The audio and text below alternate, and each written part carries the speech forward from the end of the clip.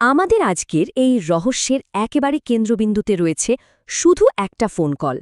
চলুন শুরু করা যাক শেষ ফোন কল, এক ঢাকা রহস্য। একবার ভাবুন তো, একটা সাধারণ ফোন কলের পেছনে ঠিক কতটা ভয়ঙ্কর সত্যি, কতটা অন্ধকার লুকিয়ে থাকতে পারে। এই প্রশ্নটা নিয়েই আমাদের আজকের আলোচনা এগোবে। চলুন আমরা গল্পের প্রথম পর্বে যাই। আর এই গল্পের শুরুটাই হচ্ছে একটা বন্ধ ঘর থেকে, একটা লকড রুম মার্ডারের মধ্যে দিয়ে। এই ঘটনার কেন্দ্রে রয়েছেন তন্ময় হোসেন, ৩২ বছর বয়সী একজন খুবই সফল সফটওয়্যার ইঞ্জিনিয়ার, যার জীবনটা হুট করেই একদিন থেমে যায়। ঢাকার বনানীর একটা শান্ত অ্যাপার্টমেন্টে পুলিশ যখন পৌঁছালো, তারা একটা ভয়াবহ দৃশ্য দেখল। তন্ময় রক্তাক্ত অবস্থায় মেঝেতে পড়ে আছেন, তার গলা কাটা। কিন্তু সবচেয়ে অদ্ভুত ব্যাপার কি ছিল জানেন? ঘরের দরজাটা ভেতর থেকে বন্ধ ছিল। পাশে পড়েছিল একটা ভাঙা ওয়াইনের গ্লাস, আর একটা জানালা ছিল অর্ধেক খোলা। মানে প্রথম দেখায় যে কারোর মনে হবে এটা আত্মহত্যা, কিন্তু সত্যিটা কি আসলেই এত সহজ? এত সবকিছুর মধ্যে টেবিলের ওপর পড়ে থাকা ছোট্ট একটা জিনিসই ছিল এই রহস্য সমাধানের একমাত্র চাবিকাঠি, তার মোবাইল ফোনটা। আর সেই ফোনের স্ক্রিনে তখনও জ্বলজ্বল করছিল শেষ ফোন কলের নামটা, রিয়া, সাথে একটা হার্ট ইমোজি। ব্যাস, এই একটা নামই পুরো তদন্তকে একদম নতুন একটা দিকে ঘুরিয়ে দিল। আর এই নামের সূত্র ধরেই তদন্ত চলে গেল দ্বিতীয় পর্বে। সন্দেহের তীরটা সোজা গিয়ে পড়ল একজনের ওপর, আমাদের প্রধান সন্দেহভাজন। তো কে রিয়া? পুলিশি তদন্তে বেরিয়ে এলো রিয়া হল তন্ময়ের প্রাক্তন প্রেমিকা। এই ঘটনার মাত্র ২ সপ্তাহ আগেই ওদের সম্পর্কটা ভেঙে যায়। আর সবচেয়ে বড় কথা, মৃত্যুর আগে তন্ময়ের শেষ ফোনটা রিয়াকেই করেছিল। একটা ভেঙে যাওয়া সম্পর্ক আর একটা শেষ ফোন কল, দুটো মিলে রিয়াকেই সন্দেহের কেন্দ্রে নিয়ে এলো। পুলিশ যখন রিয়াকে জিজ্ঞাসাবাদ করল, তার উত্তর ছিল বেশ নাটকীয়। সে বলল, হ্যাঁ, আমাদের কথা হয়েছিল রাত ১টার দিকে। আমি ওকে শেষবারের মতো বলে দিয়েছিলাম আমার জীবনে যেন আর ফিরে না আসে। তার কথায় সম্পর্কটা চিরতরে শেষ করে দেওয়ার একটা স্পষ্ট ইঙ্গিত ছিল।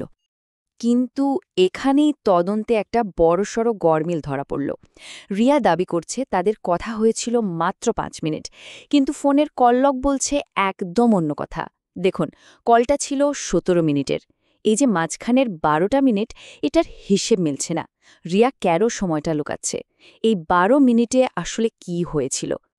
যখন সবার মনে হচ্ছে যে কেসটা তো প্রায় পরিষ্কার, রিয়াই হয়তো খুনি, ঠিক তখনই গল্পে এমন একটা মোড় এলো যা কেউ ভাবেনি। মনে হলো মৃত তন্ময় নিজেই যেন কবর থেকে কথা বলে উঠল। তদন্তকারীরা তন্ময়ের ল্যাপটপ ঘাটাঘাটি করতে গিয়ে একটা পাসওয়ার্ড দেওয়া ফাইল খুঁজে পেলেন। ফাইলটার নাম ছিল truth.mp4, মানে সত্যি। টেক টিম অনেক চেষ্টার পর যখন সেই পাসওয়ার্ডটা ভাঙতে পারল, তখন যা সামনে এলো তা ছিল চমকে দেওয়ার মতো। ভিডিওতে তন্ময় পরিষ্কারভাবে বলছে, যদি আমি মরে যাই, এর জন্য রিয়া দায়ী নয়, দায়ী ওর ভাই। শুধু এই একটা বাক্য, এই একটা বাক্যই পুরো তদন্তের মোড় ১৮০ ডিগ্রি ঘুরিয়ে দিল। রিয়ার ওপর থেকে সব সন্দেহ সরে গিয়ে এবার নতুন একজনের দিকে নির্দেশ করছে। তদন্তে ফোকাস এবার ঘুরে গেল রিয়ার ভাই রিয়ার দিকে। আর এভাবেই আমরা গল্পের শেষ পর্বে পৌঁছে গেলাম, ভাইয়ের স্বীকারোক্তি। কিন্তু প্রশ্ন হল, রিয়াদ কেন এই খুনটা করবে? কারণটা ছিল টাকা। হ্যাঁ, ঠিক যেমনটা দেখছেন, ২৫ লাখ টাকা। এই বিপুল পরিমাণ অর্থ রিয়াদ, যে নিজে একজন ব্যবসায়ী, তন্ময়ের কাছ থেকে ধার নিয়েছিল, কিন্তু আর ফেরত দিচ্ছিল না। তন্ময়ের ভিডিও বার্তার পর পুলিশ রিয়াদকে গ্রেফতার করে, আর তারপর প্রমাণও এক এক করে মিলতে থাকে। রিয়াদের গাড়ির ট্রাঙ্ক থেকে তন্ময়ের রক্তমাখা হাতঘড়িটা উদ্ধার করা হয়। এই অকাট্য প্রমাণের সামনে দাঁড়িয়ে রিয়াদের আর কিছুই লুকানোর ছিল না। সে ভেঙে পড়ে এবং সবকিছু স্বীকার করে নেয়। রিয়াদের স্বীকারোক্তি থেকে সেই রাতের ভয়ঙ্কর ঘটনাটা একদম পরিষ্কার হয়ে যায়।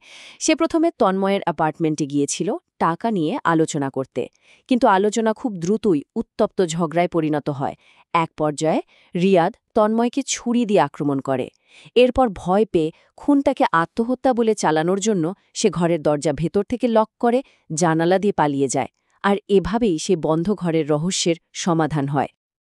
এই মামলার সবচেয়ে হৃদয় বিদারক মুহূর্ত ছিল আদালতে রিয়ার সাক্ষ্য। কান্নায় ভেঙে পড়ে সে বলেছিল, ও আমার ভাই, কিন্তু তন্ময়ে আমার জীবন ছিল। এই একটা লাইনেই তার ভেতরের তীব্র যন্ত্রণা আর দ্বন্দ্বটা ফুটে ওঠে। একদিকে ভাই, অন্যদিকে ভালোবাসা। একই ঘটনায় সে দুটোই হারিয়েছে। রিয়াদ এখন জেলে। আইন অনুযায়ী কেসটা এখানেই শেষ। খুনি ধরা পড়েছে, বিচার হয়েছে। কিন্তু এই গল্পের শেষটা যেন ঠিক এখানেই হচ্ছে না। শোনা যায়, প্রতিদিন ঠিক রাত 1:45 যে সময়টাতে পুলিশকে প্রথম খবর দেওয়া হয়েছিল, তন্ময়ের ফোনটা নাকি এখনও বেজে ওঠে। আর ফোনের স্ক্রিনে ভেসে ওঠে রিয়ার নাম। এই রহস্যের সমাধান হয়তো হয়েছে, কিন্তু এর রেশটা যেন সময়ের বাইরেও রয়ে গেছে।